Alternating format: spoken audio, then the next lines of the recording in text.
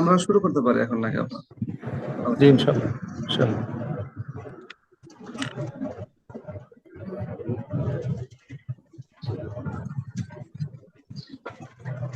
আলহামদুলিল্লাহ ওয়াহদা ওয়াসসালাতু ওয়াসসালামু আলা মান লা নাবিয়্যা বা'দা ওয়া আলা আলিহি ওয়া সাহবিহি ওয়া মান সম্মানিত উপস্থিতি, আমাদের মাঝে আমাদের প্রিয় শেখ উপস্থিত হয়েছেন। আমরা আমাদের প্রোগ্রাম শুরু করেছি। আমাদের কোরআন তেলাওয়াত করেছেন আমাদের প্রিয় ভাই মোহাম্মদ আব্দুল তাওয়াব। এখন আমরা আমাদের মূল আলোচনায় চলে আসবো। আমাদের আজকের আলোচনার বিষয় হলো ভারতীয় উপমহাদেশে আহলুল হাদিসের ইতিহাস। তো আহলুল হাদিস হতে হলে আমাদের আহলুল হাদিসের ইতিহাস সম্পর্কে অবশ্যই বেসিক জ্ঞান রাখতে হবে, আর যার পক্ষে সম্ভব আরো বেশি জানবো ইনশাল্লাহ। তো আজকে আমাদের এই সংক্ষিপ্ত সময়ে আমরা আহলুল হাদিস এর বৈশিষ্ট্য এবং তার ইতিহাস সম্পর্কে আমাদের প্রিয় শাইখ মোহাম্মদ আরজু হোসেন সাব হাফিজাহুল্লাহ তার কাছ থেকে উপকারী জ্ঞান লাভ করবো ইনশাআল্লাহ। শাইখকে আমি তার আলোচনা শুরু করার জন্য আহ্বান জানাচ্ছি।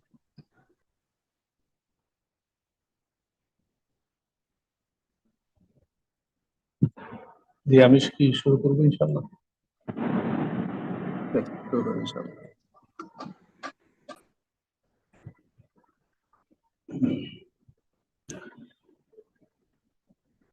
আসসালামু আলাইকুম ওয়া রাহমাতুল্লাহি ওয়া বারাকাতুহু। আলহামদুলিল্লাহি ওয়া কাফা ওয়া সালামুন আলা ইবাদিহি আল্লাযীনা ইসতাফা মা বা'দ। فإن أصدق الحديث كتاب الله وأحسن الهدي هدي محمد صلى الله عليه وسلم وشر الأمور محدثاتها وكل محدثة بدعة وكل بدعة ضلالة وكل ضلالة في النار. من قول الله تعالى: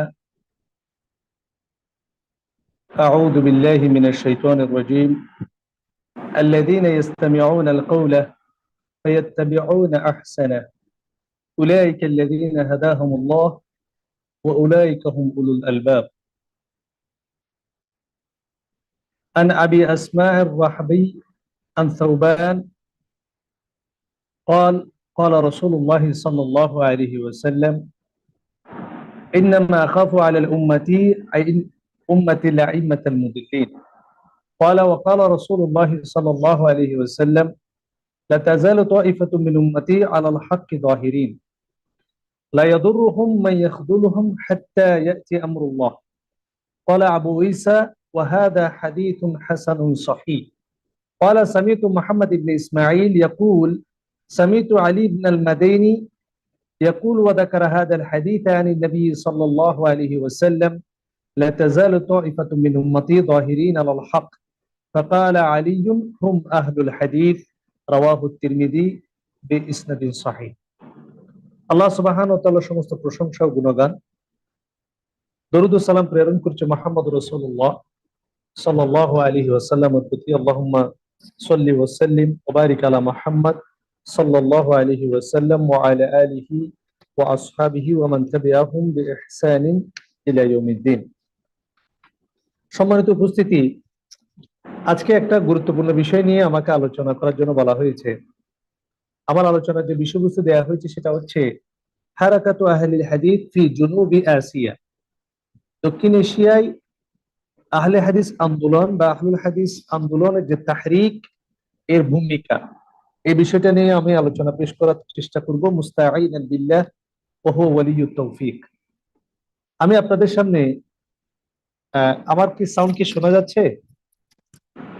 সাউন্ড কি ক্লিয়ার শোনা যাচ্ছে? জি জি আলহামদুলিল্লাহ শুনতে পাচ্ছি। জি আমি আপনাদের আলোচনার শুরুতে আমি সূরাতুল কাহফ থেকে একটা আয়াত তেলাওয়াত করে শুনিয়েছি। আল্লাহ সুবহানাহু ওয়া তাআলা বলছেন, আল্লাযীনা ইসতামিউনাল কওলা, যারা উত্তম কথাসমূহ শুনে, ফায়াত্তাবিউনা আহসানা, এবং যে কথাগুলো শুনে তার তার মধ্য থেকে উত্তম কথাগুলো গ্রহণ করে, উলাইকাল্লাযীনা হাদাহুমুল্লাহ, তারা হচ্ছে ওই সকল লোক যাদেরকে আল্লাহ সুবহানাহু ওয়া তাআলা হেদায়েত দান করেছেন।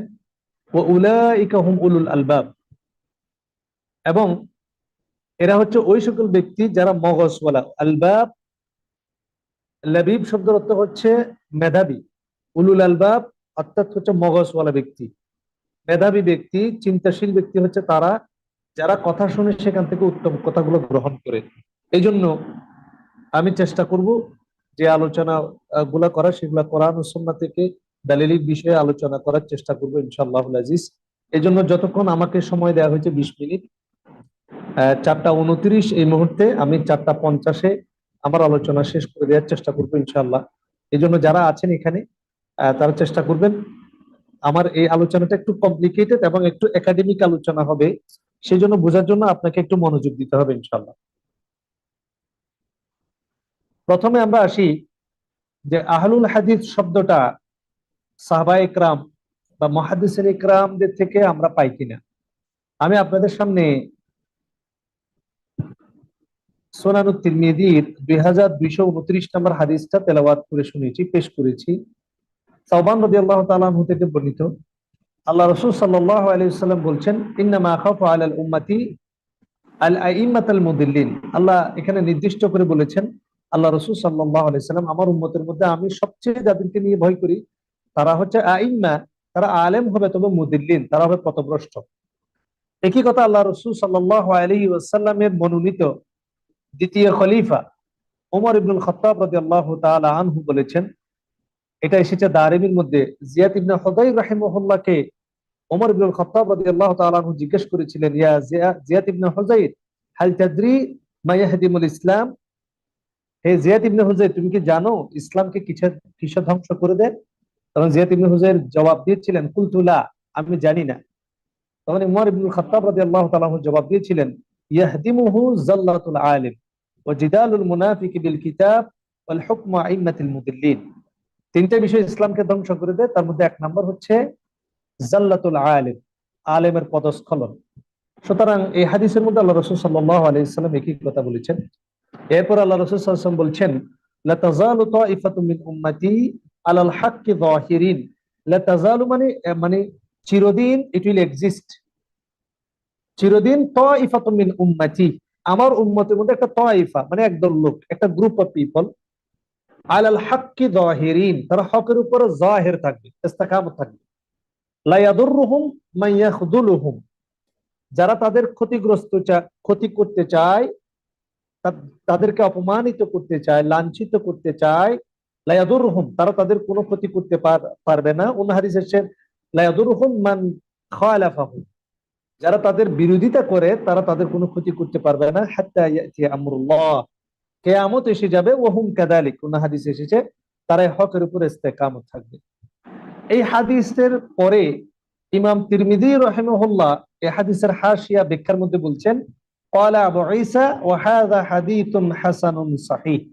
আবু ঈসা তিরমিজি বলছেন এই হাদিসটা হাসান সহিহ।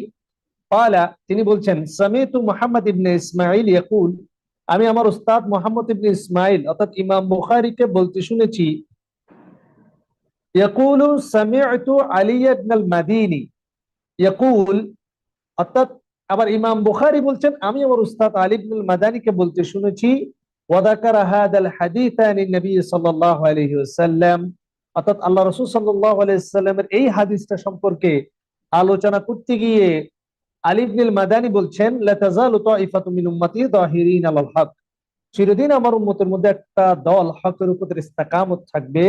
ইমাম তিরমিজি তার উস্তাদ ইমাম বুখারীর riwayat দিয়ে আলী ইবনুল মাদানী থেকে কোট করছেন, ফাকালা আলীয়ুন, ইমাম বুখারী বলছেন আমার উস্তাদ আলী ইবনুল মাদানী রাদিয়াল্লাহু রাহিমাহুল্লাহ এই হাদিসের ব্যাখ্যা করতে গিয়ে বলেছেন, চিরদিন আমার উম্মতের মধ্যে একটা দল হকের উপর ইস্তেকামত থাকবে। মানহুম, তারা কারা? হুম আহলুল হাদিস, তারা হচ্ছে আহলুল হাদিস। আর আহলুল হাদিস কারা? আল্লাযীনা ইয়াত্তাবিউনাল কুরআনা ওয়াস সুন্নাতাস সহিহাতা ফি জামি'i নওয়াহিল হায়াতি মিন গায়রি ইশতিরাত। এখানে দুইটা বিষয়, এটা হচ্ছে যারা তাদের সার্বিক জীবনে ফি জামি'i নওয়াহিল হায়াতি, কোরআন এবং বিশুদ্ধ হাদিসের অনুসরণ করে, মিন গায়রি ইশতিরাত, কোন ধরনের শর্ত ছাড়া, তারা হচ্ছে আহলুল হাদিস। আমি মনে হয় আমি আহলুল হাদিস কারা সেটা আমি বুঝাতে পেরেছি। এবং আহলুল হাদিস হওয়ার জন্য দুইটা হচ্ছে প্রিকন্ডিশন, পূর্ব শর্ত হচ্ছে দুইটি। এক, যে ব্যক্তি আহলুল হাদিস হিসেবে নিজেকে দাবি করতে চাইবে তাকে দুইটা শর্ত পূরণ করতে হবে। আল-আউয়াল, তাকে শিরিক মুক্ত তাওহীদবাদী হতে হবে এবং বিদআত মুক্ত সুন্নতপন্থী হতে হবে। আর 2 নম্বর হচ্ছে মানব রচিত কোনো মতবাদে সে বিশ্বাসী হতে পারবে না। এই 2টা শর্ত যে ব্যক্তি মানবে সে ব্যক্তি মুসলিম, সে ব্যক্তি আহলুল হাদিস, সে ব্যক্তি সালাফি, সে ব্যক্তি সহিহ আকীদা ও মানহাজের অনুসারী। কারণ আল্লাহ রাসূল সাল্লাল্লাহু আলাইহি ওয়াসাল্লাম বলছেন, মান দাআ বিদাওয়াল জাহিলিয়া ফাহুয়া মিন জুসা জাহান্নাম ওয়া ইন সামা ওয়া সাল্লা ওয়া জাআমা আন্নাহু মুসলিম। যে ব্যক্তি মানুষকে জাহিলিয়াতের দিকে ডাকবে, কোরআন সুন্নাহর বাইরে ডাকবে, তারা হচ্ছে জাহান্নামী, ফাহুয়া মিন জুসা জাহান্নাম।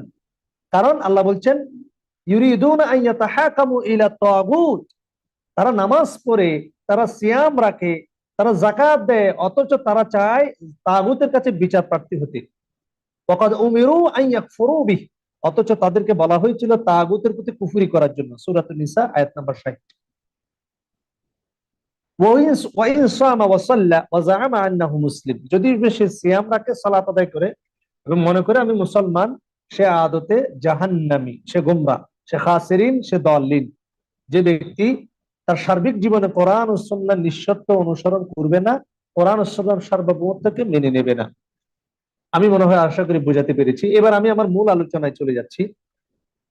দক্ষিণ এশিয়ায় আহলুল হাদিসদের অবদান বা আহলে হাদিস আন্দোলন, কোরআন ও বিশুদ্ধ হাদিসের এই দাওয়াত দক্ষিণ এশিয়ায় কখন এসেছে সেটা সম্বন্ধে আমাদের অনেকেরই মিসকনসেপশন আছে।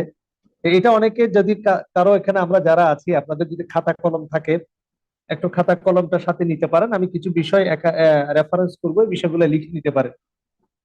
আমি উপমহাদেশে, এই দক্ষিণ এশিয়ার মধ্যে আমি ভারতীয় উপমহাদেশ, এই উপমহাদেশ বলতে আমি যেটা বোঝাচ্ছি, পাকিস্তান, বাংলাদেশ, ইন্ডিয়া, শ্রীলঙ্কা, এই যে সাবকন্টিনেন্ট, এই উপমহাদেশের মধ্যে আহলে হাদিস আন্দোলনকে আমরা 3টা ভাগে ভাগ করতে পারি। আমি এখানে আহলে হাদিস কাকে বলে সেটা আমি আপনাদেরকে বুঝিয়েছি। এবার একটা শব্দ আমি বলছি, আহলে হাদিস আন্দোলন বা হারাকাতু আহলিল হাদিস, এটা কি? এটা হচ্ছে হাদিহি হারাকাতুন খালিসাতুন ইসলামিয়াতুন মিন জামানিস সাহাবাতি রাদিয়াল্লাহু আনহুম ইলা ইয়াউমিনা হাদা আল্লাতী তাদউ আন-নাস ইলা আল-ই'তিসাম বিল কিতাবি ওয়াস সুন্নাতিস সহিহা।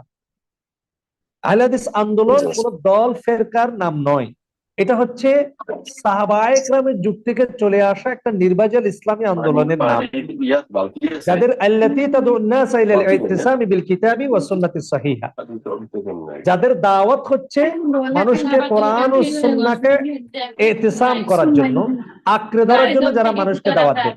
জুম ইউজার যিনি আছেন একটু মিউট করে দিবেন, কাইন্ডলি মিউট করে দিবেন। জুম ইউজার যিনি আছেন একটু মিউট করে দিবেন।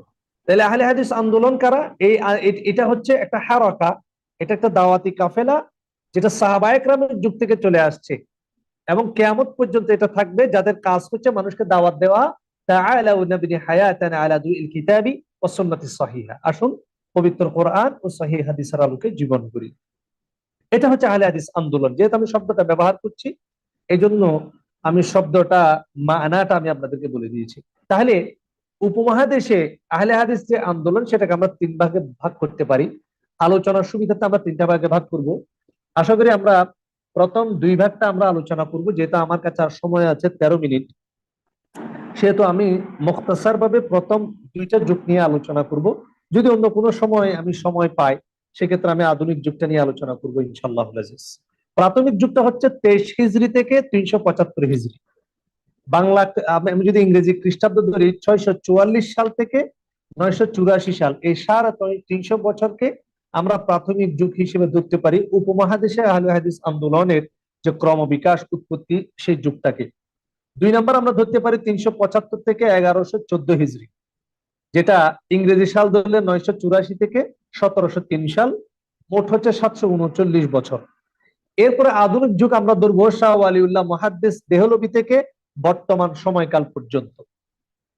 এই 3টা ভাগে আমরা ভাগ করতে পারি। প্রথমে আমরা আলোচনা করার চেষ্টা করব প্রাথমিক যুগ, অর্থাৎ 23 হিজরি থেকে 375 হিজরি। এই 350 বছরে উপমহাদেশের মধ্যে কিভাবে কোরআন ও সুন্নাহর দাওয়াতটা এসেছে, কিভাবে সহিহ আকীদা ও মানহাজের দাওয়াতটা এসেছে। আমরা অনেকেই মনে করি যে উপমহাদেশে ইসলামের দাওয়াত নিয়ে এসেছেন আউলিয়ায়ে কেরাম, আমরা বিভিন্ন আউলিয়া কেরামের নাম জানি, যেমন খান জাহান আলী, মোহসেন আউলিয়া, শাহজালাল। বিশেষ করে আমরা যারা চট্টগ্রামে আছি দেখবেন এই চট্টগ্রামকে 12 আউলিয়ার দেশ বলা হয়। এবং মানুষের মধ্যে একটা বদ্ধমূল ধারণা আছে, সেটা হচ্ছে যে এই পুরো বাংলাদেশের মধ্যে ইসলাম নিয়ে এসেছেন যারা পীর বুজুর্গ সুফি আউলিয়া, এই টাইপের মানুষরা ইসলাম নিয়ে এসেছেন। এটা আমাদের একদম ভুল ধারণা। এবং আরেকটা ধারণা আমাদের আছে, যেটা হচ্ছে ইসলাম নিয়ে আল্লাহ রসুল সাল্লাল্লাহু আলাইহি ওয়াসাল্লাম যখন রেসালত নিয়ে মক্কার মধ্যে এসেছেন, তার অনেক পরে আমরা ইসলাম পেয়েছি। এই ধরনের একটা ধারণা আমাদের আছে যে আল্লাহ রসুল সাল্লাল্লাহু আলাইহি ওয়াসাল্লাম যখন নবুয়ত নিয়ে মক্কার মধ্যে এসেছেন, তার অনেক পরে ভারতীয় উপমহাদেশে ইসলামটা এসেছে। এই দুইটা ধারণাই ভুল। প্রথম কথা হচ্ছে, এই ভারতীয় উপমহাদেশের মানুষ, বিশেষ করে বাংলাদেশ, পাকিস্তান এবং ভারতের মানুষ ইসলামের দাওয়াত পেয়েছে তখন, যখন আল্লাহ রসুল সাল্লাল্লাহু আলাইহি ওয়াসাল্লাম রেসালত নিয়ে এই মক্কা অর্থাৎ জাজিরাতুল আরবের মধ্যে যখন এসেছেন। বিশেষ করে তিনি যখন মদিনায় ছিলেন, তখনই আল্লাহ রসুল সাল্লাল্লাহু আলাইহি ওয়াসাল্লামের রেসালতের দাওয়াত ভারতীয় উপমহাদেশের মধ্যে পৌঁছে গেছে। একটা হাদিসের ক্ষেত্রে কোট করা যায়, মুস্তাদরাকুল হাকিমের আবু সাইদ খুদরি রাদিয়াল্লাহু তাআলা আনহু বর্ণনা করেন, যদিবা হাদিসের সনদটা দুর্বল, আমরা এটার মতনটা মানাটা আমরা নিতে পারি, মর্মটা নিতে পারি। আবু সাইদ খুদরি রাদিয়াল্লাহু তাআলা আনহু বলছেন, মালিকুল হিন্দ আল্লাহ রসুল সাল্লাল্লাহু আলাইহি ওয়াসাল্লামের জন্য কিছু আদা পাঠালেন, এক জগ আদা পাঠালেন, জিঞ্জার। মালিকুল হিন্দ বলা হয় মূলত রামুর রাজাকে। বর্তমানে কক্সবাজারের আগে এবং ঈদগাঁওয়ের পরে যে জায়গাটা আছে রামু, এই রামুটাকে তৎকালীন যুগে মালিকুল হিন্দ বলা হতো, এবং এই রামু যে রাজা তাকে মালিকুল হিন্দ বলা হতো। এই মালিকুল হিন্দ আপনার আল্লাহ রসুল সাল্লাল্লাহু আলাইহি ওয়াসাল্লামের জন্য আদা পাঠিয়েছিলেন। আবু সাইদ খুদরি রাদিয়াল্লাহু তাআলা আনহু বলছেন, আমরা আল্লাহ রসুল সাল্লাল্লাহু আলাইহি ওয়াসাল্লামের সাহাবা ইকরাম এই আদাটা ভাগ করে নিয়েছিলাম। আরেকটা আমরা প্রুফ এখানে দিতে পারি, সেটা হচ্ছে উপমহাদেশের একজন বিখ্যাত একজন লেখক কাজী আতাহার মোবারকপুরি রাহিমাহুল্লাহ, তিনি তার কিতাব রিজালুস সিন্ধ ওয়াল হিন্দের মধ্যে উল্লেখ করেছেন যে 132 হিজরি পর্যন্ত, অর্থাৎ উমাইয়া খেলাফত চলেছে 750 ইংরেজি সাল, 132 হিজরি পর্যন্ত। এই উমাইয়া খেলাফত পর্যন্ত এই ভারতীয় উপমহাদেশে সাহাবায়ে কেরাম এসেছেন সর্বমোট 18 জন। আমি আবার বলছি, এই ভারতীয় উপমহাদেশে কাজী আতাহার মুবারকপুরি রাহিমাহুল্লাহর রিজালুস সিন্ধ ওয়াল হিন্দের 319 থেকে 542 নম্বর পৃষ্ঠা উনি উল্লেখ করছেন, তার জন্ম সম্ভবত 916 খ্রিস্টাব্দে, 916 সালে কাজী আতাহার মুবারকপুরি তিনি বলছেন, এই ভারতীয় উপমহাদেশের মধ্যে টোটাল সাহাবায়ে কেরাম এসেছেন 18 জন। এবং মাওলানা ইসহাক ভাট্টি রাহিমাহুল্লাহ, ওনার নামও অনেকে শুনেছেন, তার বক্তব্য অনুযায়ী 25 জন। সর্বশেষ সাহাবী ছিলেন সিনান বিন সালামা আল মুহবিক আল হুজালি রাদিয়াল্লাহু তাআলা আনহু, যিনি 42 হিজরি এবং 48 হিজরিতে মুয়াবিয়া রাদিয়াল্লাহু তাআলা আনহুর খিলাফত কালে দুইবার এই বর্তমান যে পাকিস্তানের যে সিন্ধু প্রদেশ, এই সিন্ধু প্রদেশের গভর্নর ছিলেন। সুবহানাল্লাহ।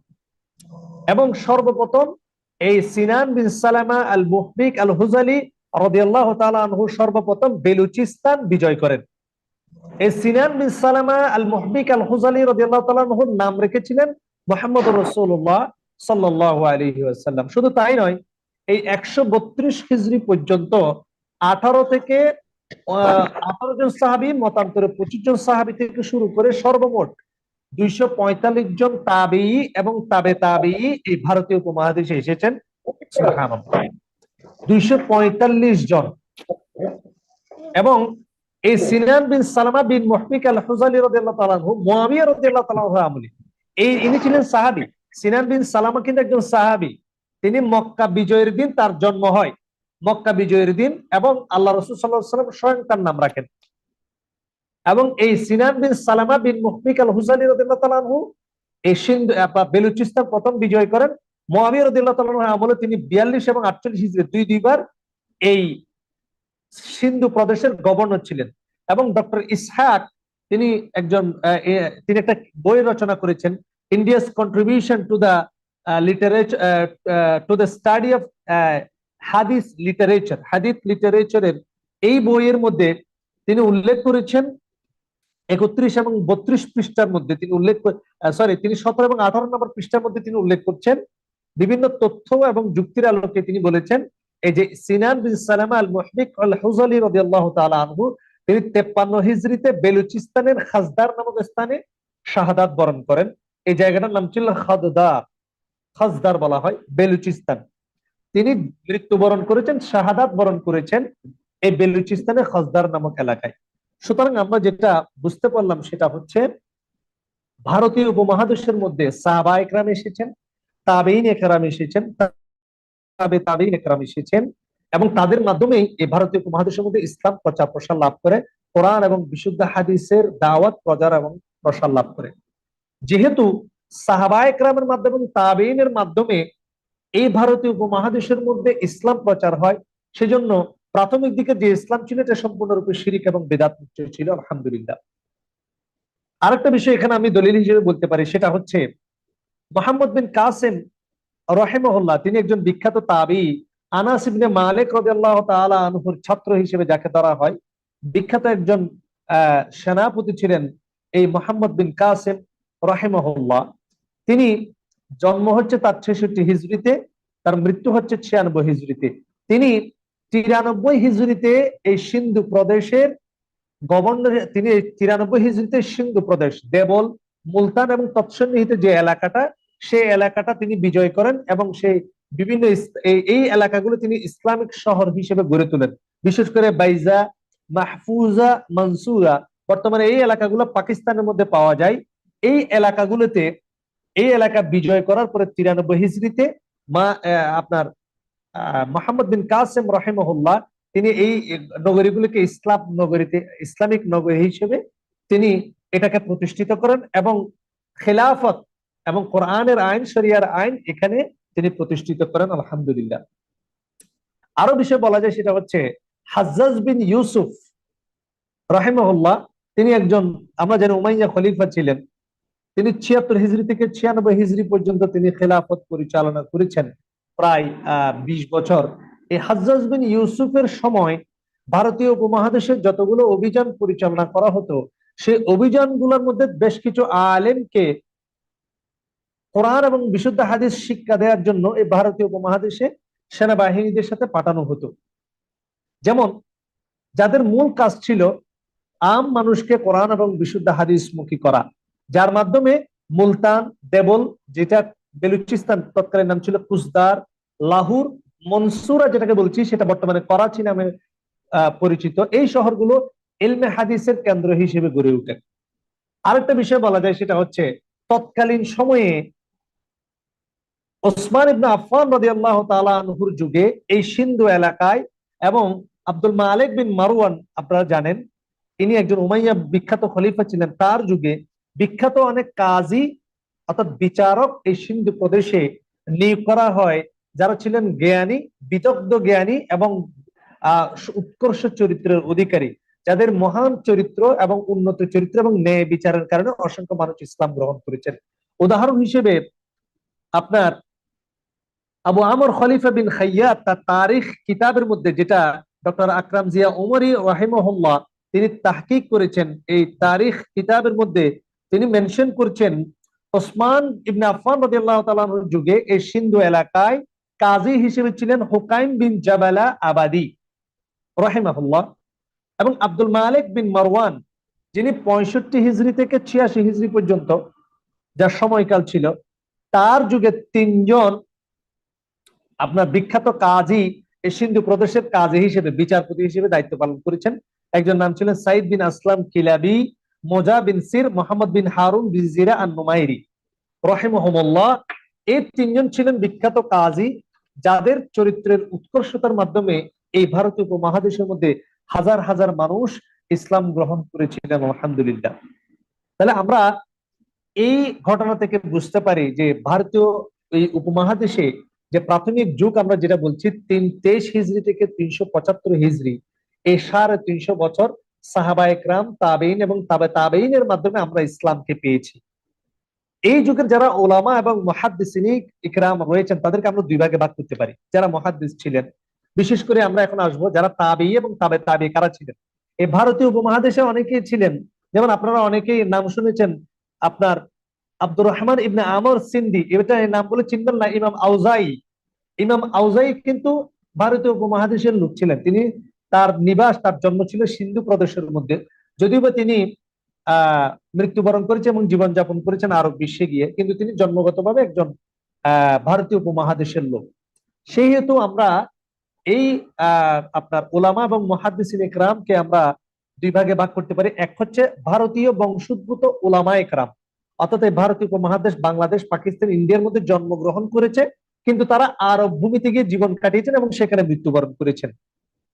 এবং বাকি কিছু মানুষ ছিল যারা আরবের লোক, কিন্তু তারা জন্মগ্রহণ, তারা জীবন কাটিয়েছেন এই ভারতীয় উপমহাদেশে। এই দুই ধরনের ব্যক্তিদের কথা আমরা আলোচনা করব ইনশাল্লাহ। যেমন খ্যাতনামা তাবেঈ ইমাম মাকবুল বিন আব্দুল্লাহ সিন্ধি, তিনি একজন তাবেঈ ছিলেন। তার মৃত্যু ছিল 113 হিজরিতে। আমি আবার নাম বলছি, ইমাম মাকবুল বিন আব্দুল্লাহ সিন্ধি।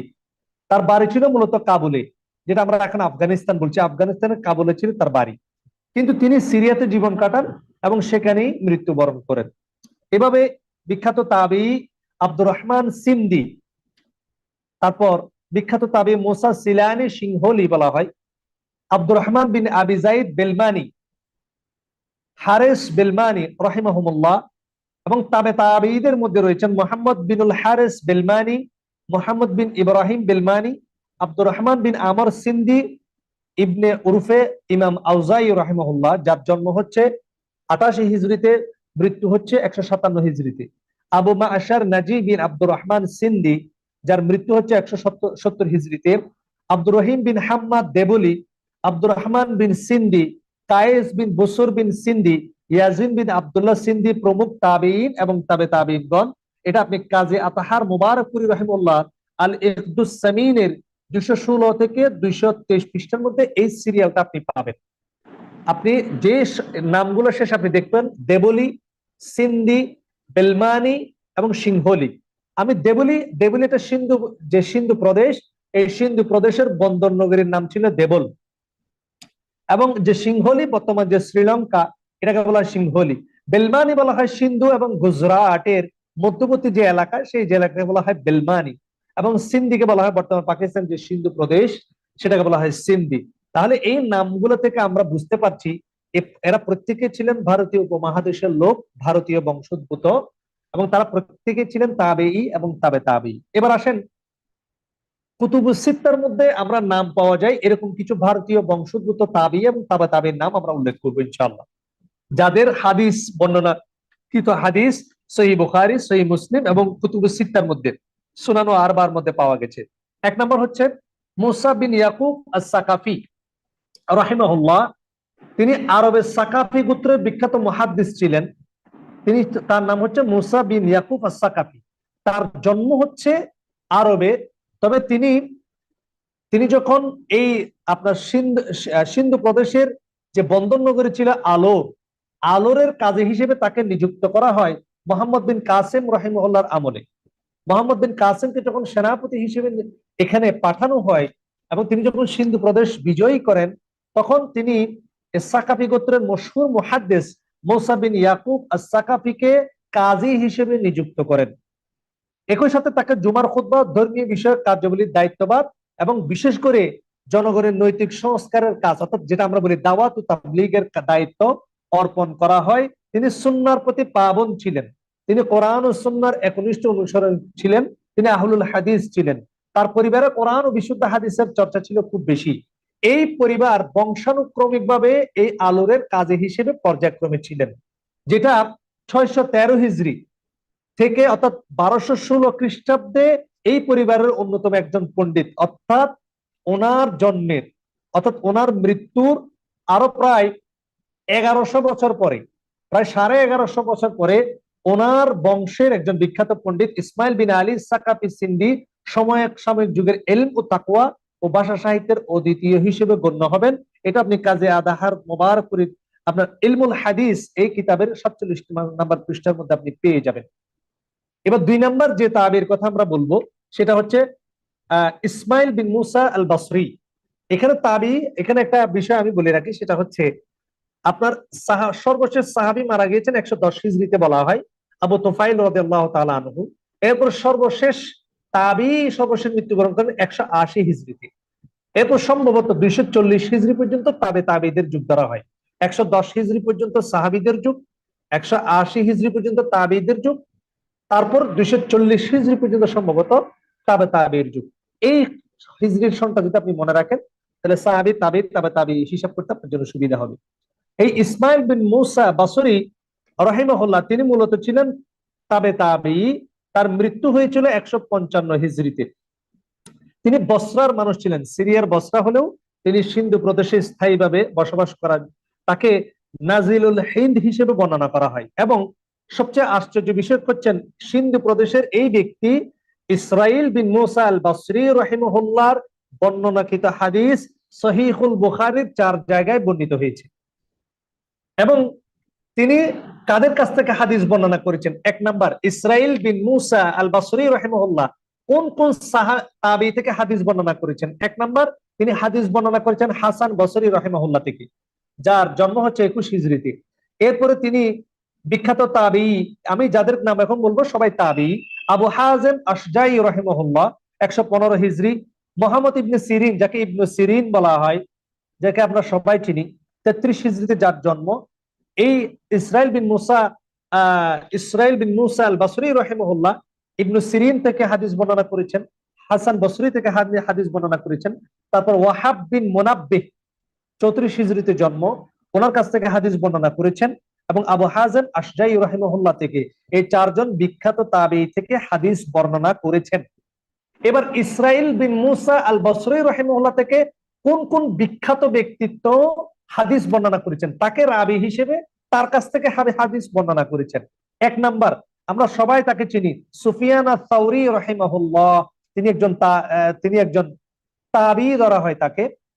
97 হিজরিতে যার জন্ম। এই সুফিয়ান আস-সাউরি রাহিমাহুল্লাহ ইসরাইল বিন মুসা আল বসরি রাহিমাহুল্লাহ থেকে হাদিস বর্ণনা করেছেন।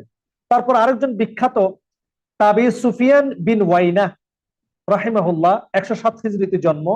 তিনি এই হাদিস বর্ণনা করেছেন। হুসাইন বিন আলী আল জুফি, তার মৃত্যু হচ্ছে 205 হিজরিতে। তিনি ইসরাইল বিন মুসা আল বসরি থেকে হাদিস বর্ণনা করেছেন। ইয়াহইয়া বিন সাইদ আল কাত্তান 120 হিজরিতে যার জন্ম, তিনি ইসরাইল বিন মুসা আল বসরি রাহিমাহুল্লাহ থেকে হাদিস বর্ণনা করেছেন। চিন্তা করা যায়, এরকম যুগশ্রেষ্ঠ হাদিস বিশারদগণ এমন ব্যক্তি থেকে হাদিস বর্ণনা করেছেন, যিনি সিন্ধু প্রদেশে, ভারতীয় উপমহাদেশে তার জীবন কাটিয়ে দিয়েছেন। সুবহানাল্লাহ। এজন্য গর্বের বিষয় হচ্ছে, তিনি সিন্ধু প্রদেশে অধিবাসী ছিলেন, যদিও তার জন্ম বসরাতে ছিলেন, তিনি এই ভারতীয় উপমহাদেশের জীবন অতিবাহিত করেছেন। সুনানের কিতাবেও এই ইসরাইল বিন মুসা আল বসরি রাহিমাহুল্লাহর বর্ণনাকৃত হাদিস সমূহ পাওয়া যায়। 3 নম্বর ব্যক্তি হচ্ছেন আমর বিন মুসলিম আল বাহিলি। আমার মনে হয় আমি সময়টা অতিক্রম করে ফেলেছি, যিনি হোস্ট আছেন। আমি কি 2 মিনিটের মধ্যে শেষ করে দিব, নাকি আমি 5 মিনিট আরেকটু কন্টিনিউ সময় করবো? নিতে পারেন, ইনশাআল্লাহ। মানে আলোচনা অনেক একাডেমিক, শুনতে ভালো লাগছে জি এবং খুবই ইনশাআল্লাহ। উপকারী। একটু সময় জি নিতে পারেন স্যার। শুকরান, শুকরান ইনশাআল্লাহ। জাযাকুমুল্লাহু খাইরান। 3 নাম্বার আমরা যাকে নিয়ে আলোচনা করব, তিনি হচ্ছেন আমর বিন মুসলিম আল বাহিলি। আমর বিন মুসলিম আল বাহিলি এই লোকটাকে, এই ব্যক্তিটাকে, যার মৃত্যু হচ্ছে 123 হিজরিতে, অর্থাৎ 740 সালে, তিনি হচ্ছেন বিখ্যাত সেনাপতি, যিনি ট্রাক্স অক্সিয়ানা বিজয় করেছিলেন, কোতাইবা বিন মুসলিম। এই কোতাইবা বিন মুসলিমের ভাই হচ্ছে আমর বিন মুসলিম। এই আমর বিন মুসলিম আল বাহিরি ওমর ইবনুল আব্দুল আজিজ, যাকে আমরা 5ম খোলাফায়ে রাশিদিন ধরা হয়, এই ওমর ইবনুল আব্দুল আজিজের যুগে, জমানায়, তার খেলাফত কালে এই সিন্ধু প্রদেশের গভর্নর হিসেবে আগমন করেন আমর বিন মুসলিম আল বাহিলি। এবং তিনি গভর্নর থাকাকালীন সময়ে ওমর ইবনুল আব্দুল আজিজের আহ্বানে এই ভারতীয় উপমহাদেশের বিখ্যাত দাহির পুত্র জিসা সহ হিন্দুস্তানের অনেক রাজা ইসলাম গ্রহণ করেন। এই বিষয়টা আপনি পাবেন ইমাম বালাজুরির ফুতুহুল বুলদানের 441 পৃষ্ঠার মধ্যে, আপনি এই ঘটনাটা পাবেন। এবং আরো মজার বিষয় হচ্ছে, তিনি ইলমুল হাদিসের প্রচার এবং প্রসার মধ্যে গুরুত্বপূর্ণ অবদান রাখেন। তিনি হাদিস বর্ণনা করেছেন বিখ্যাত হাদিস বর্ণনাকারী ইয়ালা বিন উবাইদ হতে, এবং আমর বিন মুসলিম আল বাহিলি থেকে হাদিস বর্ণনা করেছেন বিখ্যাত হাদিস বর্ণনাকারী আবু তাহের রাহিমাহুল্লাহ। এবং আরো গুরুত্বপূর্ণ বিষয় হচ্ছে, এই আমর বিন মুসলিম আল বাহিলি রহিমাহুল্লাহর বর্ণিত হাদিস পাওয়া যায় সুনান আন-নাসাই এবং সুনান আবু দাউদের মধ্যে। ওনার বর্ণনা আপনার বর্ণিত হাদিস পাওয়া যায় ইলমুল হাদিসের 49 নম্বর পৃষ্ঠার মধ্যে, আপনারা এই বিষয়ে বিস্তারিত পাবেন।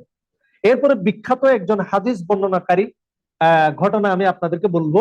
ওনার বর্ণনা, ওনার আলোচনা করার পরে ইনশাল্লাহ আজকে আমি ভারতীয় উপমহাদেশে আহলে হাদিস আন্দোলন, অর্থাৎ কোরআন বিশুদ্ধ হাদিসের আন্দোলনের উৎপত্তি ক্রম বিকাশের যে প্রাথমিক যুগ, সেটা শেষ করবো ইনশাল্লাহ। অন্য কোনো সময় যদি আমি সময় পাই, তাহলে আমি ইনশাল্লাহ অবক্ষয় এবং আধুনিক যুগ নিয়ে ইনশাল্লাহ আলোচনা করবো। এরপরে 4 নম্বর হচ্ছে রাবি বিন সুবাই সাদি আল বাসরি রহিমাহুল্লাহ। তার মৃত্যু হচ্ছে 160 হিজরি অর্থাৎ 773 সালে। আমি যাদের ঘটনা এখন বর্ণনা করেছি সবাই ছিলেন এই ভারতীয় উপমহাদেশের বাসিন্দা। তারা কেউ ছিলেন বেলমানি, কেউ ছিলেন সিন্ধি, কেউ ছিলেন সিংহলি এবং কেউ ছিলেন দেবলি। এবং এগুলো কোন কোন এলাকার আমি এটা আপনাদেরকে এক্সপ্লেন করেছি। যদি আপনারা এই জুম মিটিংটা যদি রেকর্ডেড থাকে, আশা করি সেটা আপনারা আবার কন্টিনিউয়াসলি শুনতে পারবেন। আব্বাসীয় খলিফা মাহাদি রহিমাহুল্লাহ, ওনার সময়কাল ছিল 158 থেকে 169 হিজরি, অর্থাৎ প্রায় 11 বছর এই আব্বাসীয় খলিফা মাহাদি তিনি তার খেলাফত পরিচালনা করেছেন। তার সময়ে সেনাপতি আব্দুল মালিক বিন শিহাব মাসমাইর নেতৃত্বে এই ভারতীয় উপমহাদেশে একটা নৌ অভিযান পরিচালনা করা হয়। এই নৌ অভিযানের সদস্য হিসেবে রাবি বিন সুরাই সাদি আল বাসরি রহিমাহুল্লাহ ভারতে আসেন। তিনি মূলত বসরার লোক, কিন্তু তিনি এই নৌ অভিযানের মাধ্যমে ভারতবর্ষে আগমন করেন এবং আপনার দক্ষিণ ভারতের ব্রুস বন্দরের নিকটবর্তী বারবাট নামক সমৃদ্ধশালী যে বন্দর নগরী, এই সৈন্যবাহিনী, এই নৌবাহিনী সেটা আপনার বিজয় লাভ করেন। পরবর্তীতে এই উপকূলীয় এলাকায় যখন মহামারী ছড়িয়ে পড়ে, এই রাবি বিন সুরাই সাদ আল বাসরি রাহিমাহুল্লাহ তিনি যখন আবার ফেরত যাচ্ছিলেন, তিনি মহামারীতে তিনি শাহাদাত বরণ করেন এবং ভারত মহাসাগরের একটা দ্বীপে তাকে দাফন করা হয়। সবচেয়ে মজার বিষয় হচ্ছে এই রাবি বিন সুবাই আস-সাদি তিনি কার শিষ্য ছিলেন? তিনি ছিলেন মূলত হাসান বসরি রহিমাহুল্লাহর শিষ্য। সুবহানাল্লাহ। হাসান বসরি আমরা জানি তিনি বিখ্যাত তাবেঈ ছিলেন, যার জন্ম হচ্ছে 21 হিজরিতে, মৃত্যু হচ্ছে 110 হিজরিতে। এবং এই রাবি বিন সুবাই সাদি হচ্ছেন হাসান বসরি রহিমাহুল্লাহর শিষ্য। তার নিকট হাদিস আপনার শোনা ছাড়াও এই হাসান বসরি রাহিমাহুল্লাহ ছাড়াও আরো যে কয়েকজন বিখ্যাত তাবেঈ থেকে তিনি হাদিস শুনেছেন, হাদিস অধ্যয়ন করেছেন, তার মধ্যে অন্যতম ছিলেন হামিদ আত-তাবিল রাহিমাহুল্লাহ, যার মৃত্যু ছিল 142 হিজরিতে, সাবিত আল বুনানি রাহিমাহুল্লাহ, যার মৃত্যু ছিল 127 হিজরিতে, এবং মুজাহিদ বিন জাবর রাহিমাহুল্লাহ, যার জন্ম 21 হিজরি, মৃত্যু 103 হিজরি। বিখ্যাত তাবেঈ। এনারা ছিলেন যুগশ্রেষ্ঠ হাদিস বিশারদ এবং এই যুগশ্রেষ্ঠ হাদিস বিশারদদের ছাত্র ছিলেন রবি বিন সুবাই সাদি আল বাসরি রাহিমাহুল্লাহ। এবং এই পর্যায়ে এই রবি বিন সুবাই সাদি আল বাসরি থেকে কারা কারা হাদিস বর্ণনা করেছেন, অর্থাৎ কারা কারা তার ছাত্র ছিলেন, সেটা আপনারা যদি জানেন তাহলে আপনারা বুঝতে পারবেন এই রবি বিন সুবাই সাদি আল বাসরি কত মহান ব্যক্তিত্ব এবং কত বড় মুহাদ্দিস ছিলেন। তার ছাত্র ছিলেন আব্দুল্লাহ বিন মুবারক রাহিমাহুল্লাহ। ওনার জন্ম হচ্ছে 118 এবং মৃত্যু হচ্ছে 181। আব্দুল্লাহ ইবনে মুবারক রাহিমাহুল্লাহ ছিলেন রাবি বিন সুবাই সাদি আল বাসরি রাহিমাহুল্লাহ ছাত্র। এরপর হচ্ছে সুফিয়ান আত-তাওরি রাহিমাহুল্লাহ, জন্ম হচ্ছে 97, মৃত্যু হচ্ছে 161 হিজরিতে। তিনি ছিলেন রবি বিন সুবাই সাদি আল বাসরি রাহিমাহুল্লাহ ছাত্র। তারপর ছিলেন ইমাম আবু দাউদ তায়ালাসি। ইমাম আবু দাউদ 203 হিজরিতে জন্ম, তিনি ছিলেন রবি বিন সুবাই সাদি আল বাসরি রাহিমাহুল্লাহ ছাত্র। এবং আব্দুর রহমান বিন মাহদি 135 হিজরিতে জন্ম, 198 হিজরিতে মৃত্যু। এরা প্রত্যেকেই আপনার রবি বিন সুবাই সাদি আল বাসরি রাহিমাহুল্লাহর ছাত্র ছিলেন এবং কেউ কেউ তাকে তাবেঈ হিসেবে গণ্য করেছেন। এবং 2য় শতাব্দী হিজরিতে হাদিস সংগ্রহ এবং সংকলনে রবি বিন সুবাই সাদ আল বাসরি রাহিমাহুল্লাহ গুরুত্বপূর্ণ ভূমিকা পালন করেছেন। আপনি এই বিষয়ে বিস্তারিত পাবেন ইমাম ইবনে হাজার আসকালানির মুকদ্দমা ফাতহুল বারির কায়রো ছাপার পৃষ্ঠা নম্বর 4, আপনি এই আলোচনাটা পাবেন। ইলমুল হাদিসের 50 নম্বর পৃষ্ঠার মধ্যে আপনি এই আলোচনাটা পাবেন এবং মুকদ্দমা ফাতহুল বারির কায়রো যে ছাপা, এটা 4 নম্বর পৃষ্ঠার মধ্যে আপনি রবি বিন সুবাই সাদ আল বসরি রাহিমাহুল্লাহ সম্পর্কে বিস্তারিত আলোচনা পাবেন। সুতরাং আমরা এই আলোচনা থেকে আমরা মুখতাসার যে বিষয়টা জানতে পারি সেটা হচ্ছে এই ভারতীয় উপমহাদেশের মধ্যে ইসলাম অনুপ্রবেশ করেছেন যখন মোহাম্মদ রাসূলুল্লাহ সাল্লাল্লাহু আলাইহি ওয়াসাল্লাম মদিনার মধ্যে রিসালাত নিয়ে এসেছেন। সাহাবায়ে কেরাম প্রায় 18 জন থেকে 25 জন সাহাবী এই ভারতীয় উপমহাদেশের মধ্যে ইসলাম নিয়ে এসেছিলেন। তার মধ্যে সর্বশেষ সাহাবী ছিলেন সিনান বিন সালামা আল মুহতিক আল হুজালি রাদিয়াল্লাহু তাআলা আনহু, সর্বশেষ সাহাবী ছিলেন। এবং 245 হিজরি পর্যন্ত, অর্থাৎ সরি আপনার উমাইয়া খেলাফা পর্যন্ত 132 হিজরি পর্যন্ত সর্বমোট সাহাবী, তাবি, তাবে তাবি 245 জন সাহাবী, তাবি এবং তাবে তাবি এই ভারতীয় উপমহাদেশে এসেছেন। তাদের কেউ কেউ ছিলেন এই ভারতীয় উপমহাদেশে জন্মগ্রহণ করেছেন এবং আরব বিশ্বে গিয়ে তারা শাহাদাত বরণ করেছেন বা মৃত্যুবরণ করেছেন। অনেকে ছিলেন তারা আরব বিশ্বে জন্মগ্রহণ করেছেন, তবে তাদের জীবন তারা এই ভারতীয় উপমহাদেশে ইলমুল হাদিস, কোরআন ও সুন্নাহর খেদমত, দাওয়াত এবং তাবলীগের মাধ্যমে অতিবাহিত করেছেন এবং জিহাদের মাধ্যমে তারা শাহাদাত বরণ করেছেন। আল্লাহ সুবহানাহু ওয়া তাআলা আমাদেরকে কোরআন ও সুন্নাহর ভিত্তিতে এই যে সালাফদের, সাহাবায়ে কেরাম, তাবেঈন এবং তাবে তাবেঈনের যে সুন্দর ইতিহাস আমরা এখানে রেখে গিয়েছেন, বিশেষ করে আমরা যারা চট্টগ্রামের বাসিন্দা, বাংলাদেশের বাসিন্দা, বাংলাদেশের আমি যেটা বললাম মালিকুল হিন্দ সরাসরি আল্লাহ রসুলের জন্য আদা পাঠিয়েছিলেন, এই ধরনের ডাইরেক্ট কানেকশন ইসলামের সাথে আমাদের ছিল। তাই আমরা চেষ্টা করব এই যে ভারতীয় উপমহাদেশের মধ্যে আহলুল হাদিস, কোরআন ও বিশুদ্ধ হাদিস, ইসলামের যে দাওয়াত, তার যে উৎপত্তি এবং ক্রমবিকাশ, সেটা নিজেরা জানা এবং অন্যদেরকে জানা। আল্লাহ সুবহানাহু ওয়া তাআলা আমাদেরকে এই বিষয়গুলো আমল এবং বুঝার তৌফিক দান করুক এবং অন্যদেরকে দাওয়াতি কাজের প্রচারের মাধ্যমে কোরআন ও সুন্নাহর নির্ভেজাল তাওহীদের দিকে মানুষকে আহ্বান করা, যেভাবে সাহাবায়ে কেরাম আহ্বান করেছিলেন, তাবেঈন, তাবেঈন আহ্বান করেছিলেন, সেই দিকে আমাদেরকে ফিরে আসার তৌফিক দান করুক। আল্লাহুম্মা আমিন। আকুলু কওলি হাদা ওয়া আস্তাগফিরুল্লাহ লি ওয়া লাকুম ফাস্তাগফিরুহু ইন্নাহু হুয়াল গফুরুর রাহিম। আসসালামু আলাইকুম ওয়া রাহমাতুল্লাহি ওয়া বারাকাতুহু। আলহামদুলিল্লাহ, মাশাআল্লাহ, বারাকাল্লাহ ফিক শেখ। অত্যন্ত চমৎকার এবং তথ্যপূর্ণ এবং সম্পূর্ণ একাডেমিক একটা আলোচনার জন্য এ সম্পর্কে আরো বিস্তারিত শুনতে পারলে আমরা আরো উপকৃত হতাম ইনশাল্লাহ। ইনশাল্লাহ আল্লাহ চাইলে ভবিষ্যতে আমরা এ ব্যাপারে আরো আপনার কাছ থেকে ফায়দা নিব। তো আমাদের অডিয়েন্সের মধ্যে কারো কোনো প্রশ্ন থাকলে শেখের আজকের আলোচনার উপরে আপনারা প্রশ্ন করতে পারেন। আমি আলোচনার টপিকটা আরেকবার বলে দিই যে ভারতীয় উপমহাদেশে আহলুল হাদিসদের ইতিহাস, এবং শেখের আলোচনা যারা শুনছেন, কোনো প্রশ্ন থাকলে আপনারা শেখের কাছে প্রশ্ন করতে পারেন।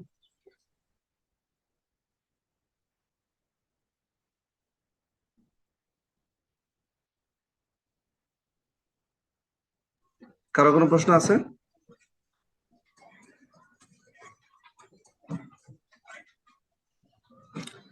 শেখ, আমার একটা প্রশ্ন আছে। জি। শেখ ডক্টর মুস্তফা আল আজমি, উনি সমসাময়িক ইন্তেকাল করছেন। ওনার হাদিস সংকলনের উপরে উনি কাজ করছেন। উনি প্রথমে দেওবন্দে পড়াশোনা করছেন, তারপরে আল আজহার, এরপরে ক্যামব্রিজ, তারপরে কর্মজীবনে কিংস সাউথ ইউনিভার্সিটিতে উনি কাটিয়েছেন এবং হাদিসের উপরে অনেক ওনার লেখনী আছে, বিশেষ করে হাদিস সংকলন ইতিহাস, কোরআন সংকলনের। তো উনি ছিলেন হলো ইউনিভার্সিটি অফ কিং সাউথ না, রিয়াদ ইউনিভার্সিটির টিচার, ওখানকার চেয়ারম্যান ছিলেন ইসলামিক স্টাডিজ ডিপার্টমেন্টের। তো ওনার সম্পর্কে কি আপনি মানে কিছু মানে আহলুল হাদিসদের বলতে পারবেন কিনা? বা আমার ওনার সম্পর্কে আসলে আমার খুব বেশি জানা নাই। তবে আমি ইনশাল্লাহ জেনে আমি ইনশাল্লাহ আমি ওনার জন্ম সম্ভবত 1930 সালে এবং মৃত্যু 2017 সালে। 20 ডিসেম্বর উনি মৃত্যুবরণ করেন। মোহাম্মদ মুস্তাফা আল আজমি, উনি ইন্ডিয়ায় জন্মগ্রহণ করেন এবং সৌদি আরবে তিনি উনি সৌদি আরবের সম্ভবত বাসিন্দা ছিলেন। সৌদি আরবেই তিনি মনে হয় আপনার ওনার যে কিং সাউথ ইউনিভার্সিটিতে প্রফেসর হিসেবে ছিলেন। জি জি জি। এবং অ্যাসোসিয়েট প্রফেসর হিসেবে তিনি সম্ভবত উম্মুল কুরা ইউনিভার্সিটিতেও তিনি পড়াশোনা করিয়েছেন। আমি এটা চেষ্টা করব। জি। সংকলন ইতিহাস করে ওনার বইটা আমি পড়তেছি, আমি এক জায়গায় টিচিং এ আছি সেই হিসাবে। তো হাদিস সংকলন ইতিহাসের উপরে আমি আপনার কাছ থেকে একটা রেফারেন্স, একটা বইয়ের নাম জানতে চাচ্ছি। আমরা সাধারণ যারা আর কি পাঠক আছে তারা পুরো সহজে বুঝতে পারছে হাদিস সংকলনের ইতিহাসের উপরে। আপনার এক্ষেত্রে এটা সাধারণত হাদিস যারা এটা আসলে আসমাউ রিজালের বিষয়।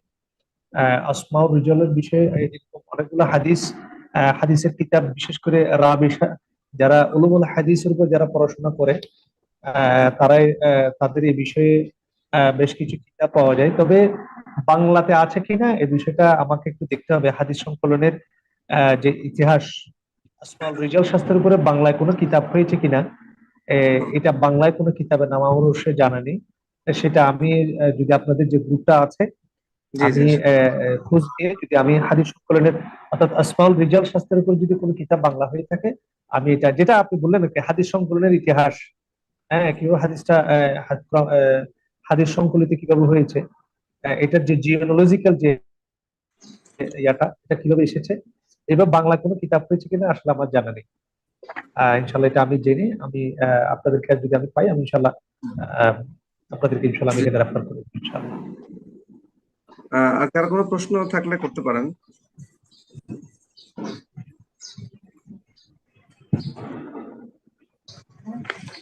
এবং এখানে একটা বিষয় বলে রাখি, সেটা হচ্ছে যে মোস্তফা আল আজমি যে ডক্টরেট ডিগ্রিটা করেছেন, ওনার মানে ওনার থিসিস এর বিষয়বস্তু ছিল স্টাডিজ ইন আল হাদিস লিটারেচার।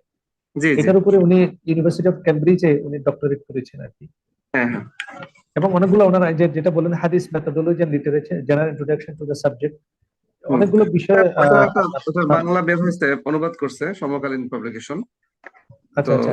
এবং ওনার ওনার অনেকগুলো কিতাব পাওয়া যায়, যেমন দিরাসাত ফি আল হাদিস আন নাবাউই, তারপর খুত্তাব আন-নবী, তারপর মানহাজ নাকদিল আল মুহাদ্দিন, তারপর আল মুহাদ্দিথুন মিন আল ইয়ামামা, এগুলো ওনার কিতাব।